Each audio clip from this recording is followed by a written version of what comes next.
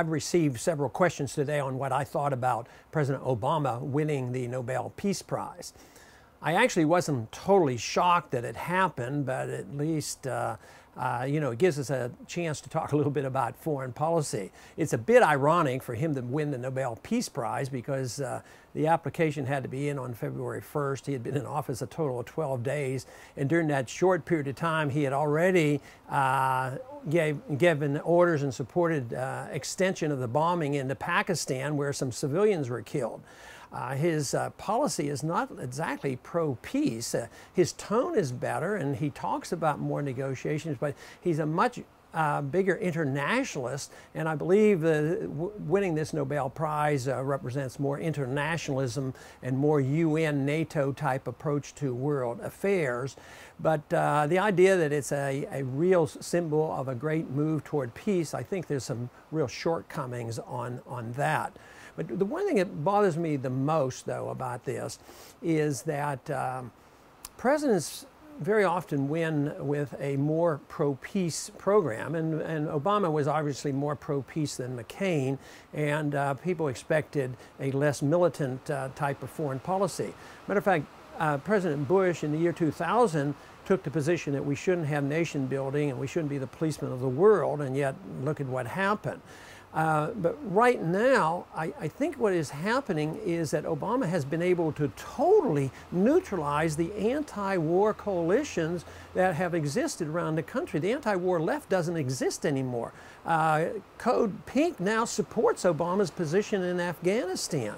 So this to me is very sad that it's happening. It reminds me of what happens when we elect conservative presidents. We elect a president to have less government and balanced budget and less spending, and yet we get them in office and they do exactly the opposite, and there's no resistance from the conservative base. And now there's no resistance of much value in the liberal base to be opposed to war.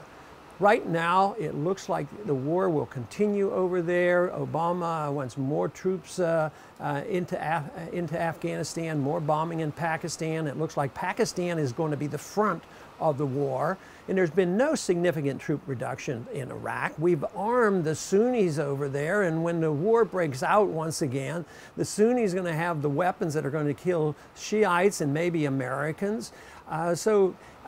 This debate about what we should be doing over there really isn't a debate. There should be a debate on should we be there and why are we there and should we win the war versus we shouldn't be there. No, the debate is how many troops do we send? Should the front lines be in Afghanistan or should the front lines be in Pakistan? And how many contractors should replace the soldiers that we're removing from Iraq? It's the wrong debate. This whole idea that you can give the president a Nobel Peace Prize and think it's going to be a promotion to peace, it's sort of like giving Woodrow Wilson the Peace Prize, the Nobel Peace Prize, which he did receive. And just think of the harm he has done to the American system and to our government and how much harm he created in the 20th century.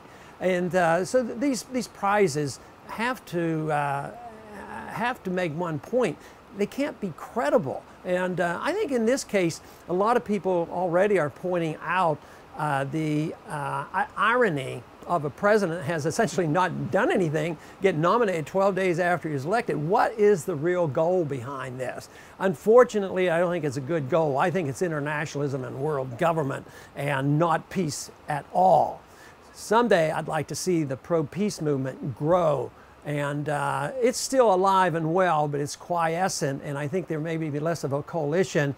It looks to me like if we are going to argue the case for pro-peace and pro-American strength without going to war and pro-trade and pro-travel and all these things, it's probably going to have to come from constitutional conservatives and libertarians, and hopefully we can keep persuading as many people that come from the left to support us on this position rather than them succumbing to the temptation for partisan reasons, say, whatever Obama says, we'll do it. Just like so many conservatives said, no matter what the president says, in the previous administration, we will support him. Someday we have to stand up for what is right and not be so narrow-minded in our partisanship.